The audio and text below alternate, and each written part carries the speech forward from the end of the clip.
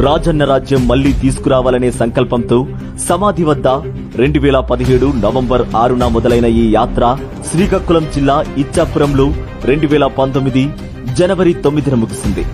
134 assembly నియోజకవర్గాలు, 231 మండలాలు, 2516 గ్రామాల మీదుగా 341 రోజుల పాటు 3648 కిలోమీటర్ల మేర పాదయాత్ర సాగింది. పాదయాత్ర ఆద్యంతం జననేతతో కలిసి అడుగేసిన అన్ని వర్గాల ప్రజానీకం జై జగన్ అంటూ తమ సాధక బాధకాలను తెలియజేసింది. ఈ యాత్ర వైఎస్ జగన్ అనే నేను, జగన్మోహన్ రెడ్డి అనే నేను,